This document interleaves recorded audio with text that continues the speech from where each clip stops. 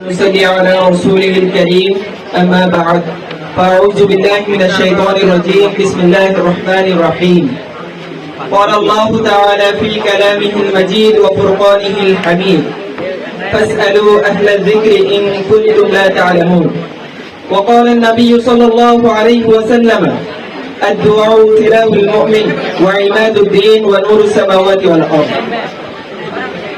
দাখিল পরীক্ষার্থীদের দোয়া অনুষ্ঠানে সম্মানিত সভাপতি, উপস্থিত আমার শ্রদ্ধেয় শিক্ষকবৃন্দ, মেহমানবৃন্দ, আমার সামনে উপবিষ্ট সিনিয়র এবং জুনিয়র শিক্ষার্থী ভাই বোনেরা, আসসালামু আলাইকুম ওয়া রাহমাতুল্লাহ।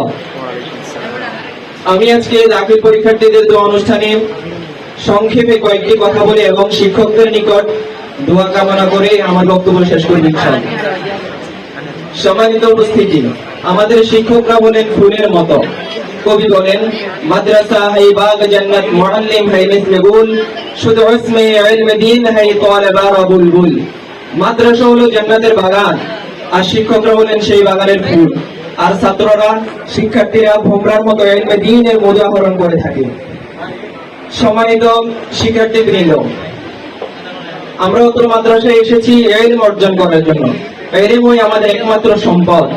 হযরত আলী রাদিয়াল্লাহু তাআলা আনহু বলেন রাদিনা কিসমাতাল জাব্বার ফিনা লানা ইলমুন ওয়ালিল জুহালি মালু ফাইন্নাল মালা ইউফনা আন করিবিন ওয়া ইন্নাল ইলমা বাকিন লা ইয়াসালু। তিনি বলেন মহাপরাক্রমশালী আল্লাহ তাআলার বন্টনে আমরা সন্তুষ্ট হয়েছি।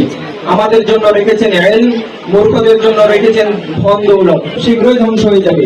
ইলমই একমাত্র স্থায়ী থাকবে। সম্মানিত উপস্থিতি, সর্বোপরি আমি দাখিল পরীক্ষার্থীদের ভবিষ্যৎ উজ্জ্বল ভবিষ্যৎ কামনা করে এবং শিক্ষকদের নিকট দোয়া কামনা করে আমি আমার সংক্ষিপ্ত বক্তব্য এখানে শেষ করছি। ওয়া মা তাওফীকি ইল্লা বিল্লাহ। আসসালামু আলাইকুম ওয়া রাহমাতুল্লাহ।